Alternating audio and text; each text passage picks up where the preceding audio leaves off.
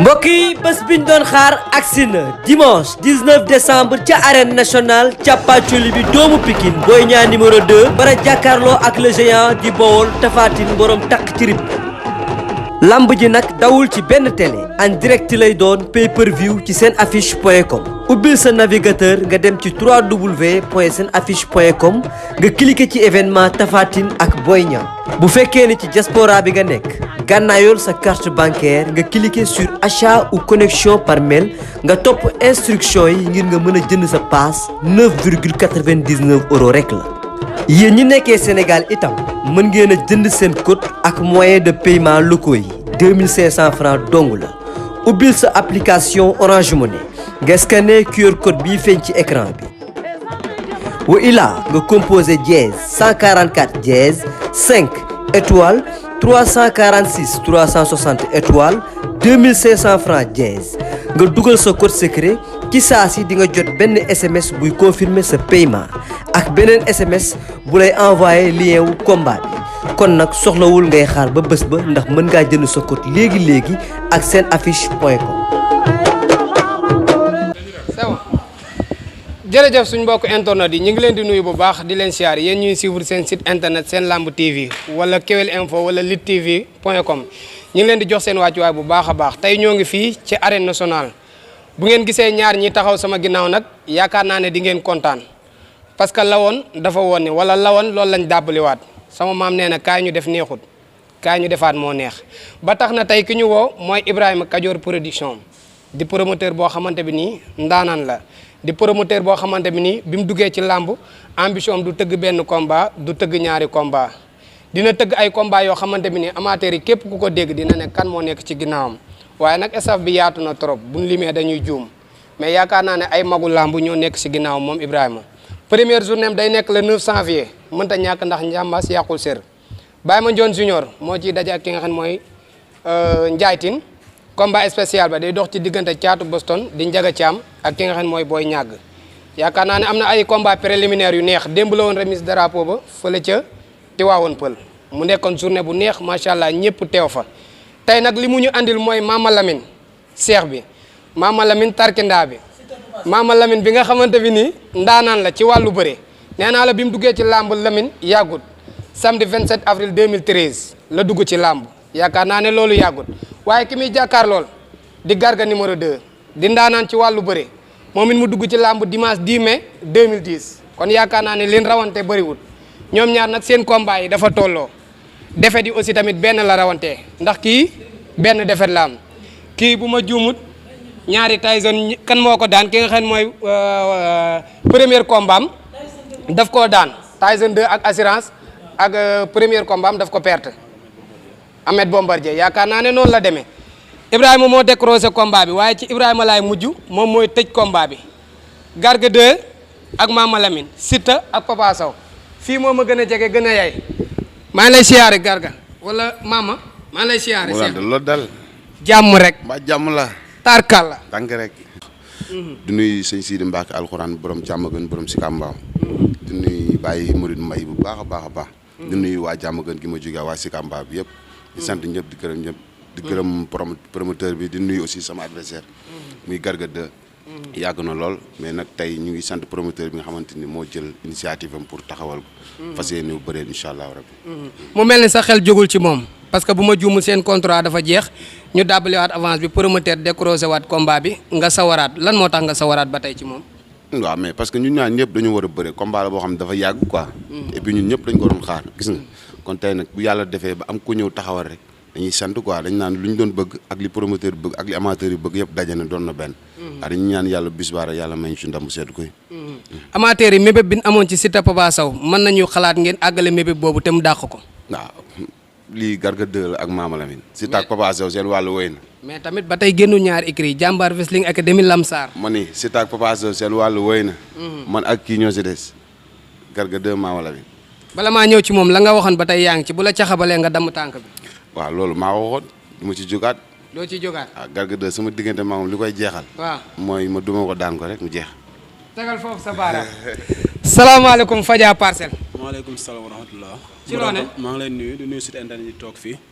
di nuyu staffu Kajoor production bi yëpp. di nuyu sama adversaire Mama Lamine di nuyu sama ménagère Bassirou Babou di nuyu Cité Fadia gi nga xam ne fa laa jógee Parcelles Assainies maa ngi leen di nuyu di leen wax ni combat bi taxaw na sama diggante ak Mama Lamine du loo xam ne dañuy dugg di génn dañoo ne ci contrat rek contrat bi la ñuy continuer waaw macha allah la nga waxoon ba tey jógoo ci yaa ko dàq bëre yaa ko may sens. incha allah rabbi di ñaan yàlla rek di ñaanal ménagère promoteur bi mu am date balaa yàgg ñu waaj ànd ak suñuy mbokk di wax képp koo xam ne mooy supporteru Garga 2 rek ñu ngi ci wàccaayu combat bi na ci ñëpp jàpp ñu ñëw bëre ak Mama Lamine yàlla may ñu ndam ci kawam. nee na la mu waxoon jógu ci nee na benn kele nga am muy caxawal boo caxabalee mu damu tànk. yàlla nañ ci yàlla yóbbu ak jàmm. nee na xale la. wax maanaam wax fi mu doon nii dafa jotagul quoi. maa ngi koy ñaanal jàmm di ko wax nii daal lépp lu nu war ci combat bi dinañ ko def incha allah rabbi yàlla may ñu ci ndam. mais loolu dafa yomb de gis nga fi mu jaar ñoom Hercule Sa Ndiarème Zal Bambay gis nga fi mu jaar ak daanaka. maanaam lépp luñ ci waroon wax waxoon nañ ko dafa am beneen promotion boo xam ne leen koy war a commencé ci ñuy déglu promoteur bi rek. nee na commencé tey. non incha allah rabbi lépp luñ ci war dinañ ko def di woo samay supporters di leen wax ni nan waaj parce que combat la boo xam te ni di woo waa Kajoor gépp di leen wax ni seen doom seen rek am na combat waa Ndane Fall nga xam ne fa laa dëkk di nuyu waa Kasay Sa Dieng di nuyu waa Dar Salaam seen Sidi Mbacke borom léppee baax maa ngi koy nuyu di nuyu Baye Baaxee sama xarit xam nga combat bi li muy représenté sa carrière parce que gëj ngaa bëre trop ah. waaw loolu xam nañ ko moo tax ñu téye ko ba léegi parce que bu ñu neexoon bu ñu amoon luñ ciy ragal bu combat bi yàqu ñu xooli leneen moom it jàmbaar la moo tax combat bi taxaw. tarkindaay duñ maye dara sa grand moo ko waxoon bi muy bëree ak ñoom amul jàmm ci li mu wax ci ay kàddoom te ci ñoom nga duggaat wala ci ñoom ba tey nga maintenir contrat bi est-ce que bëree ak ñoom yomb na. non xam nga man yàgg naa bëree ak ñoom xëy na combat bi la ñuy yeggale déggoo man la combat bi taxaw na depuis 2 ans. dañuy continuer yoon bi nekkoon rek. continuité la incha allah. yéen ñaar ku dàq bëre. non lan bàyyi amateurs yi ñu wax laaj leen seen kër xalaat. loolu laa soxla parce que moom nee na boo ko caxabalee day damm sa tànk. xam nga déggalu ma la man la dafa teel wax ji. comme combat bi des na. nan xaar yàlla yóbbu ñu si ak jàmm rek. incha allah. booy bi ndaanaan la de moo daan doomu daan. waaw xam nañ li mu capable waaw moo tax dañuy ñaan yàlla yóbbu ñu si bis bi ak jàmm rek. ma am ci ndam ci kawam ci kàttanu yàlla. amateurs yi ne combat bi risque la ci yow nag loo leen di wax. non man waaw amul problème sant yàlla rek nañ bàyyi ba boobu dañ xam ne risque la wala risque. dëgg ñu la xale du jël risque. xale du jël. risque. xale du sonn day def war na koo def. ndeysaan waxkat baa ko waxoon. waxkat baa ko waxoon ma jaaraat ci rek xale lu mu def war na koo def. ndeysaan waaw góor du yërëm góor. ku jekku sa morom. spaghetti ko. spaghetti yow nga ni. furuj kay. ana ñoom Abdou Seck ak Tarkindaay. gars yi ñoom ñëpp ñu ngi ko maa leen nuyu au passage. ñoom Abdou Seck wool Tarkindaay parce que yaakaar ne foofu la ñuy tëjee ci kii. waaw maa ngi woo gars yëpp di leen wax xam nga. combat bi taxaw na. ne ci gars yëpp jàpp gars yëpp ñaanti. waaw di woo tund jàmm gën beeg si Kamba yëpp waa gétt gi waa si Kamba. ñëpp maa leen di woo ci waa Fora jaaykatu yàpp yeeg jaaykatu ngooñ yi. maa ngi woo ñëpp si bis bi incha allah di nuyu suma papa nag Massi Mbargane. waaw di wax nag tey moom mooy suñu kilifa fiñ fépp fu ñu mënti nay. waaw fépp fu mu taxaw war fa def loxoom rek ñun amatuñ fa leen lañ fay def. lu mu wax loolu la lu muy waaj a wax loolu la. suñu papa la yërëm ñu yiir ñu. comprendre nga def ñu comme ay doomam bu mu jur. kon nag ñu ngi koy sant bu baax di ko gërëm di wax promoteur bi aussi tamit. njort bu rafet mu am ci combat ba tëgg ko yàlla na ko suñu borom defal lu kawe njortam. barke maam Serap Fall. balaa Baye Balla ñëw contrat bi le 9 janvier daf si bokk da ngeen a war a ñëw def présentation jour combat Ndiaye Tine ak Baye Mandione Junior. ni ngay wàcc amul benn problème incha allah. dinañ ñëw waaw lu mu bëgg daal ñu ci bu waxee mag si rek mag su ma woowee rek man damay dem. Baye Balla. waaw jërëjëf mu doonta maa ngi lay nuyu bu baax. maa ngi lay nuyu di nuyu presse bi yëpp di nuyu assistance bi di nuyu ñaari champion yi taxaw Mama Lamine ak Garga 2 mbokk internautes yi ñu ngi leen di nuyu bu baax a baax di nuyu amateurs yi ak supporters yi di leen xamal ni le promoteur du peuple egsi na moom moo ñu yóbbu ci bisu le 9 janvier fële ci stadium Iba Mar Diop boole ñaari espoir diggante Ndiaye Tine ak Baye Mandione Junior moo daan te wax na ko léegi combat spécial bi caatu Boston moom moo koy bëre ak Boy Niang drapeau ki nga xamante ni moom mooy le premier magistrat de la commune de Tivaouane Peulh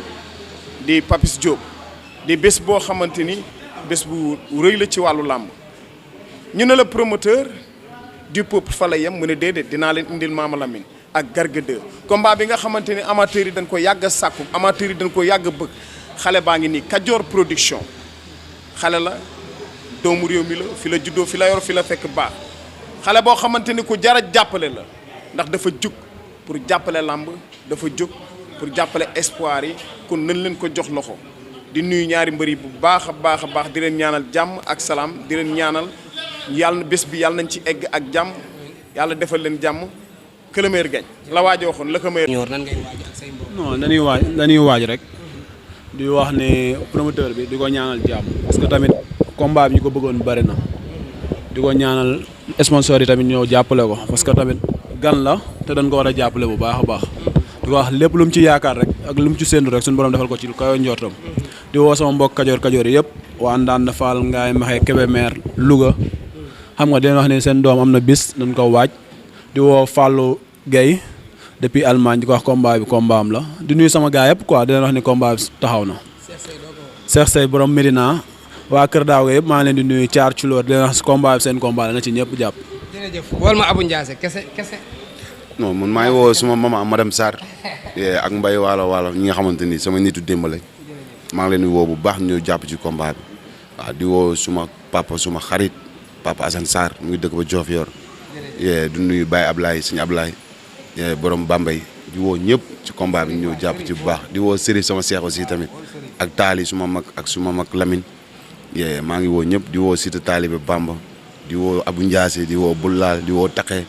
di woo jàmbaar yi daal tarkindaa yëpp maa leen woo di leen wax nag waaw avocat à la pour la buur ak doomu buur ñu jàppee ñu mburu ci fuur du bés bu ndaw de. du bis bu ndaw dolli ci tuuti nag buur ak doomu buur ñu jàpp mburu ci fuur loolu kese nag. xam nga ñun ay kajoor lan ku ñu xam-xam ne ay doomu bañkat lan comprendre nga doomu ñeeño dégg nga di nuyu waa jàmbaar Wrestling Academy yëpp di nuyu sama grand papa Sow di ko mas Sow di nuyu président écurie bi Père Ba Mansour di leen wax combat bi seen combat la Papa Gueye xeer ñu ngi lay nuyu ci ko ziar combat bi combat am la jaa ngeen jëf. jërëjëf merci. le promoteur du peuple El Hadj Ibrahima maa ngi lay siyaare. salaamaaleykum Modou Anta maa ngi lay fay di la ziar bu baax di nuyu assistance bi nekk fii di nuyu presse bi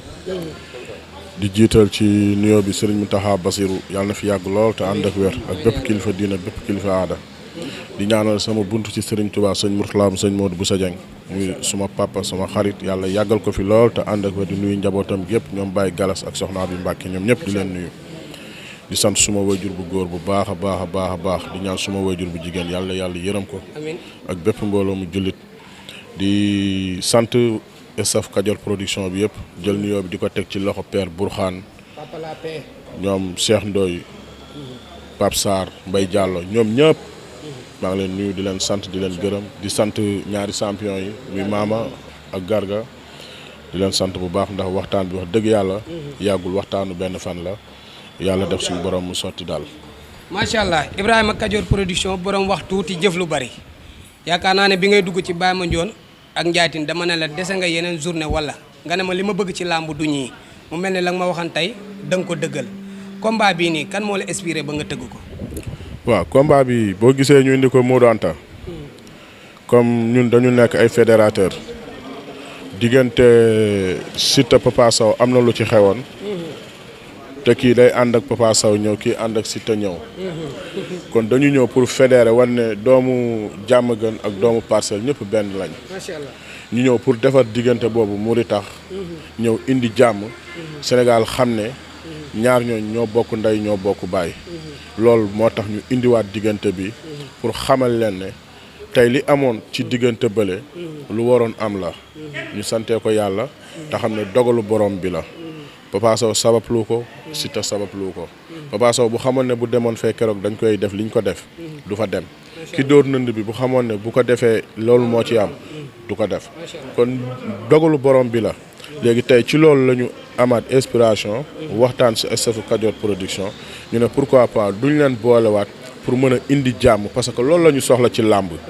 parce que làmb dañ ko siiñ kon lu ñu mën a def ba làmb am jàmm te njabootu làmb ñëpp benn lañu mbaam gàtt na lool waaye ci jur gi la bokk kon loo ci laal ci moromam rek da koy yëg macha allah bala maa jeexal yaakaar naa ne ñaari question rek pour ñu tàqali ko combat bi ban date nga ko bëgg waaw loolu nag wax dëgg yàlla ñoo ngi ciy waxtaan ak encadrement bi du loo xamante ne précisément dañ koy jël nii léegi mais ñoo ngi ciy waxtaan mais incha allahu rabbi na mbëri am xel mu dal te xam ne dinañu bëre ci lu dul yàgg incha allahu rabbi encadrement bi ñoo ngi ciy waxtaan pour liggéey ci suñu mën a gën a gaawee ñu yeewi leen ñu dem seeti leneen après pourquoi pas sax après yeneen champion yi si kanam su boobaa buñ ci àggee ñoom ñaar ñëpp ku ci nekk ñu joxaat la avance sax ci jour bi. Ibrahima ñan ñoo nekk sa ginnaaw. yàlla suñu borom. ak ñan sponsor yi kay boo mënee décrocher combat bi sa xel nekkaat si leneen. waaw fi ñu toll nii daal mën nañu benn sponsor leader la ñu am. muy suñu borom. macha allah. mooy suñu sponsor leader. leen tàllal loxo. waaw ñoo ngi leen di tàllal loxo rek comme d'habitude te di leen xamal ne seen doom seen jarbaat seen frère moo leen di tàllal loxo ñu ñëw jàpp ci bés bi ak bésu le 9 janvier te xam ne ñun li ñu tax a jóg mooy liggéeyal askan bi loolu moo ñu tax a jóg ndax li ñu yor moom nañ ko dem dugal ko ci leneen mais dañ koy jël delloowaat ko ci askan bi te xam ne ay doomu Sénégal lañu fii la ñu juddoo fii la ñu yaroo fii la ñu màggee lu ñu am fii lañ koy delloowaat. rendez-vous le 9 janvier lan nga leen di wax. waaw ñoom ñaari mbër yi Ndiaye Tine ak ñoom ñaar ñii. waaw Ndiaye Tine ak kii Baye Mandione Junior le 9 janvier ñoo ngi koy waajal d'ailleurs fan yi sax am na signature contrat bu ñu war a def fan yi ay bés yu néew bu soob yàlla buñ ci yàlla yóbbu ak Ndiaga Thiam ak Boy Niang ñoo ngi koy waajal ci lu dul yàgg ñaar ñi dinañu teew ci face à le 9 janvier incha allahu rabbi dinañ fa teew ñu présenter leen public bi incha allahu rabbi. mbokk yi bés biñ doon xaar agsi na dimanche 19 décembre ca arène nationale càppaacoli bi doomu Pikine Boy Niang numéro 2 bara jàkkaarloo ak le géant di Bawol Tapha Tine borom takk ci rib lamb ji nag dawul ci benn télé en direct lay doon pay-per-view ci seen affiche point com ubbil sa navigateur nga dem ci www.senaffiche.com nga cliqué ci événement Tapha Tine ak Boy Niang bu fekkee ni ci diaspora bi nga nekk gànnaayool sa carte bancaire nga cliquer sur achat ou connexion par mail nga topp instruction yi ngir nga mën a jënd sa paas 9,99 € rek la. yéen ñi nekkee Sénégal itam mën ngeen a jënd seen code ak moyen de paiement locaux yi 2500 francs dong la ubbil sa application Orange Money nga scanner QR code bii feeñ ci écran bi.